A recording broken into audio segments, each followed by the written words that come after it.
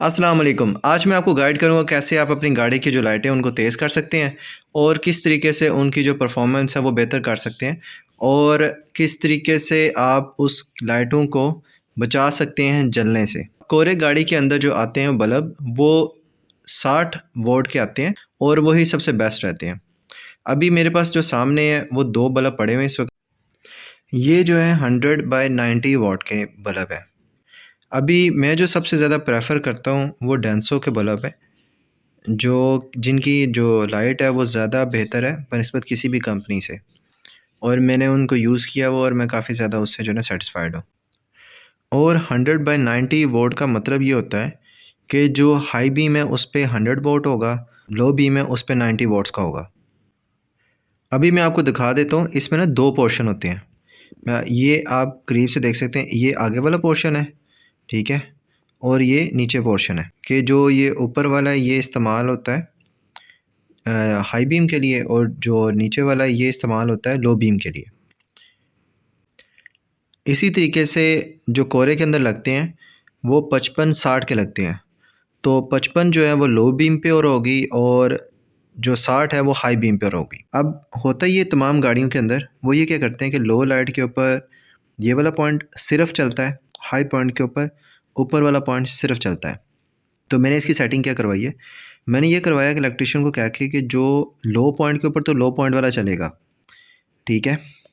और high point के ऊपर मैंने ऑप्शन करवाई है कि उससे दोनों पॉइंट चलेंगे, हाई वाला पॉइंट भी चलेगा और लो वाला पॉइंट भी चलेगा।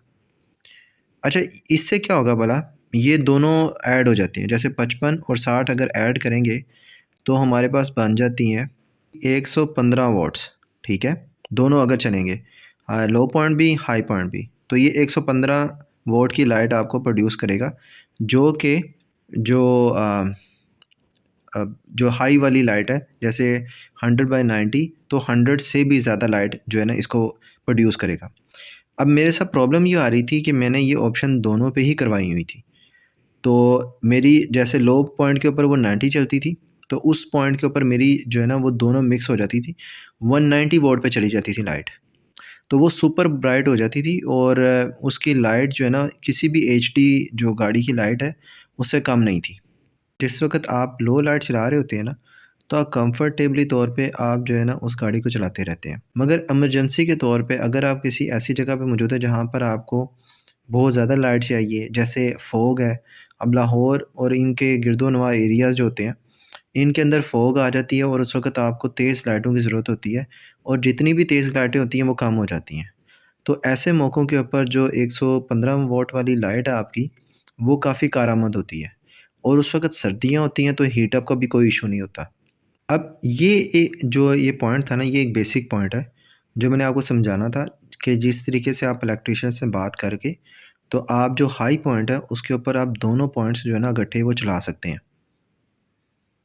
और लो पॉइंट के ऊपर सिर्फ लो पॉइंट चले और 55-60 की लाइटें ही आपकी जो है ना वो आपको इनफ जो है ना वो लाइट प्रोवाइड कर देंगी। अभी हम जो है ना गाड़ी के पास आ गए हुए हैं और मेरी आप ये वाली लाइट दे सकते हैं। इसकी बेसिकली अंदर जो है ना वो शीशा टूटा है और उसकी वजह से सारी अंदर जो है ना वो डस्ट आ गई हुई है। मैं कोशिश करूँगा कि इस माह या अगले माह मैं ये लाइटें जो है ना वो रिपेयर करवाऊँगा। तो आपको वो भी मुकम्मल वीडियो दिखा दूँगा कैसे आप खुद से जो है ना इसका शीशा और गाड़ी की लाइटें जो है ना उसको रिपेयर कर सकते हैं। अभी जो गाड़ी की लाइटें वो काफ़ी एक्सपेंसिव हो गई हुई हैं, तो अफ़ोर्ड करनी काफ़ी मुश्किल हो गई हैं न्यू। तो मैं आपको एग्जिस्टिंग जो लाइटें हैं इन्हीं को ही रिपेयर करना मैं सिखाऊँगा आपको। असल में गाड़ी के जो अंदर लाइटें हैं ना वो कम क्यों होती हैं, उसकी रोशनी इतनी कम क्यों होती है बेसिकली? उसकी वजह ये होती है कि ना यहाँ से आपको मैं बताता हूँ, जो बैटरी से करंट जाता है अंदर स्विच में, वहाँ से स्विच से करंट जो है ना जब लाइटें ऑन करते हैं वो आता है यहाँ पर, यहाँ से फिर वो घूमता है और उसके बाद फिर आता है यहाँ पे लाइटों पे और फिर दूसरा जो है वहाँ पे और उसके अंदर डिफरेंशिएट होता है लो और हाई। अभी इशू ये होता है कि क्योंकि वजह है कि यहाँ से जाएगा करंट वहाँ पर, फिर वहाँ से वापस आएगा, तो वो सारा जो बेसिकली करंट होता है वो लॉस हो जाता है तारों के अंदर ना, काफ़ी ज़्यादा लंबी तार बन जाती है वो आपको लगता होगा क्योंकि वजह ये है कि इतनी ज़्यादा लंबी तार तो नहीं होगी, मैक्सिमम 5-10 फुट की होगी। उसका जो करंट है ना वो कम होना शुरू हो जाता है। और फिर जाके आगे जो बल्ब होते हैं उस पे मैक्सिमम 30-35 वाट की उनको लाइट मिलती है। प्रॉपर जो उसको करंट है वो गाड़ी को नहीं मिलता। और फिर जनरेटर जो है ना उससे जो अब तार जाती है ओरिजिनल वाली, वो भी कमज़ोर होती है, वो भी बारीक होती है, तो इतना वो भी जो है ना इसको सपोर्ट नहीं कर सकती। तो इसके लिए जो है ना एक तरीक़ाकार इस्तेमाल होता है जिसे हम रिले कहते हैं। रिले लगती हैं इसके अंदर, जो मैं आपको दिखा देता हूँ। ये मैंने गाड़ी की रिले लगाई हुई हैं। अब इससे जो है ना एक बहुत बड़ा बेनिफिट हो जाता है। बेनिफिट इस तरीके से होता है कि आपको मैं समझा देता हूँ। ये आप तार देख रहे हैं एडिशनल वाली तार, ये तार डायरेक्टली जो है ना वो रिले में जा रही है और रिले से वो लाइट जा रही है। अब आप ये देख लें कि यहाँ से वो कितना डिफरेंस होगा और यहाँ से अगर अंदर जाए और फिर वहाँ से वापस आए तो फिर कितना डिफरेंस पड़ेगा। तो यहाँ से ये डायरेक्टली होता है, इससे तार गर्म भी नहीं होती, क्योंकि तार गर्म जब होती है ना तो उस वक्त भी उसमें रेजिस्टेंस आ जाती है और उसकी वजह से भी करंट कम हो जाता है। तो यहाँ पर ये छोटी तार का टोटा है तो ये फिर ज़्यादा गर्म भी नहीं होता। फिर इसके जो रिले लगी होती है वो यहाँ पे है। अब यहीं पर सारा इसका फंक्शन होगा। सिर्फ जब हम स्विच ऑन करेंगे तो वहाँ से सिर्फ एक तार आती है यहाँ पर, जो इसको बता देगी जी लाइटें ऑन कर दें, तो रिले से ही लाइटें ऑन हो जाएंगी। अब रिले जो है ना उसका एक आपने ख्याल रखना है कि जब आप रिले लगवाएंगे तो रिले आपने वाटरप्रूफ लगवानी है। दो तरह की रिले आती हैं, एक वाटरप्रूफ रिले आती है और एक सिंपल वाली आती है। वाटरप्रूफ जो रिले होती है ना, इसको जितना मर्ज़ी आप गाड़ी वॉश करवाएं, जितना मर्ज़ी पानी गिरे इसके ऊपर, ये रिले जो होती है ना इस पे कोई मसला नहीं होता। अभी देखिए मेरी रिले ओपन लगी हुई हैं, ठीक है, किसी किस्म की टेप से कवर नहीं है, कुछ भी नहीं है और ये कभी ख़राब नहीं हुई। मैंने मल्टीपल टाइम जो है ना अपनी गाड़ी की इंजन की मुकम्मल सर्विस कराई है, तो इसको कोई फ़र्क नहीं पड़ा, ठीक है।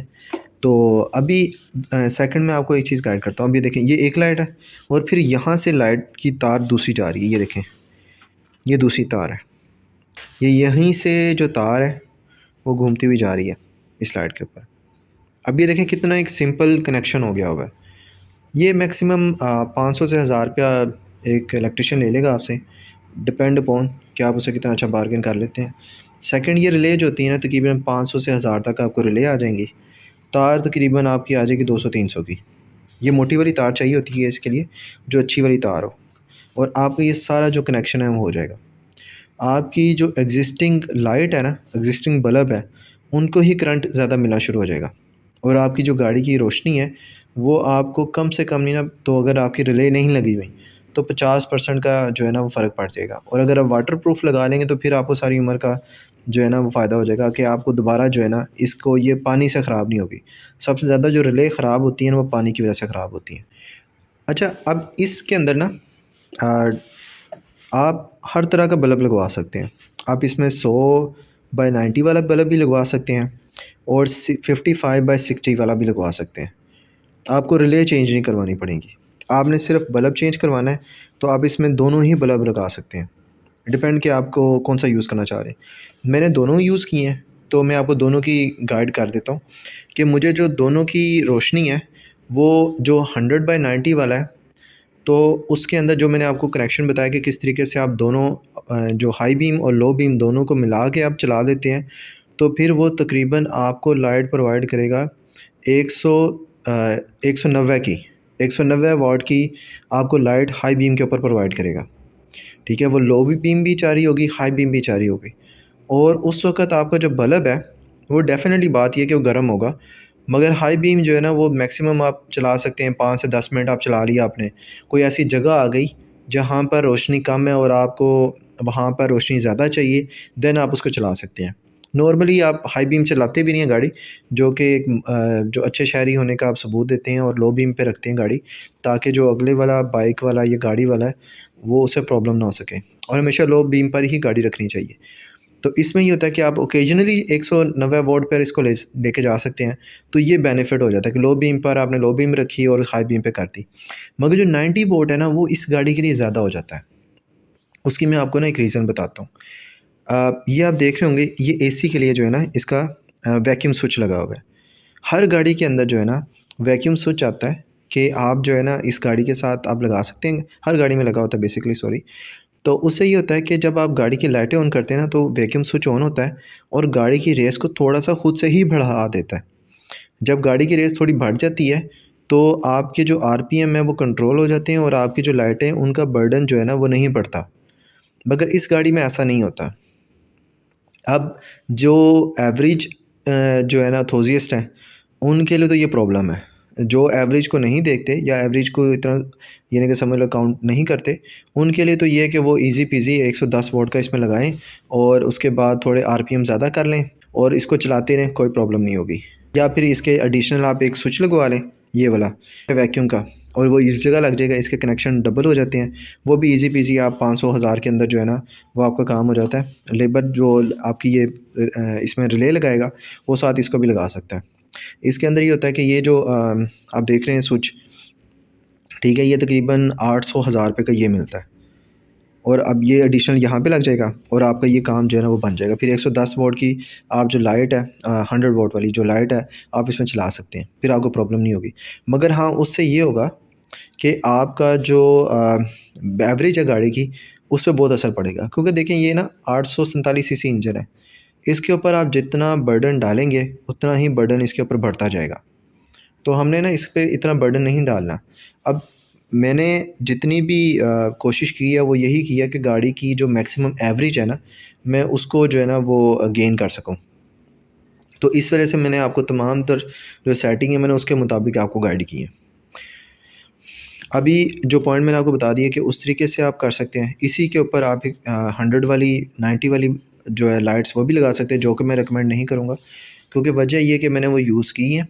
उससे गाड़ी जो है ना उसके अंदर सिर्फ़ आरपीएम बढ़ाने से गाड़ी के अंदर जो वाइब्रेशन है वो भी बढ़ती है और फिर आप जब लाइटें ऑन करते हैं तो गाड़ी जो है ना अजीब तरीके से वाइब्रेट करना शुरू कर देती है। आपको स्लो गाड़ी जब होती है आपकी, तो तब भी आप अनकंफर्टेबल रहते हो। अगर आप 60 वोल्ट की आप लाइटें 60-55 की रिले के साथ लगाते हो तो वो बहुत अच्छी लाइट है और मुझे किसी किस्म की कोई प्रॉब्लम नहीं हुई, ना फॉग में प्रॉब्लम हुई है। हाँ, अगर आपने एडिशनल लगानी है लाइट तो उसके लिए आप जो है ना, अभी हमारे मेंबर हैं अकरम भाई, उनकी ब्लू गाड़ी शायद आपने देखी होगी टर्बो इंजन के साथ। उन्होंने अपनी इंडिकेटर्स के अंदर जो है ना फॉग लाइट लगवाई है। उससे गाड़ी की जो असल पर्पस होता है ना फॉग लाइट का, ओ जा वो ये होता है उधर कि ते ना डिमा आप चला ना धुंध में जिस वक्त गाड़ी चला रहे होंगे ना फॉग के बाट अंदर, डिमा तो चलाई उस वक्त ये लाइट जो है ना नीचे होती है और नीचे होने डिमा से चला। ये गाड़ी की जो हाँ बस आपकी इन आगे सड़क और नहीं, होगी उस पर डबल इशारा डायरेक्ट ला दे। पड़ेगी। ये थोड़ी ऊपर हो जाती है, ठीक है, आप जितनी मर्ज़ी हैवी लगा लेंगे वो ऊपर ही जाएगी और ऊपर ही आपको जो है ना वो साफ होगा, मगर वो ना सड़क के ऊपर नहीं पड़ेगी। हाई बीम भी चला लेंगे तो हाई बीम बेसिकली ऊपर को जाएगी, वो सड़क पे नहीं जाएगी। और असल जो मकसद होता है ना, जो फ़ोग के अंदर वो प्रॉब्लम होती है सड़क देखना, सड़क नज़र नहीं आ रही होती, तो उसके लिए सबसे परफेक्ट रहती है आपकी फ़ोग लाइट। तो उनने पिक्चर्स को शेयर की हैं, तो हम भी कोशिश करेंगे कि वो जो फ़ॉग लाइट्स हैं हम अपनी गाड़ी के अंदर जो है ना वो लगाने की कोशिश करें।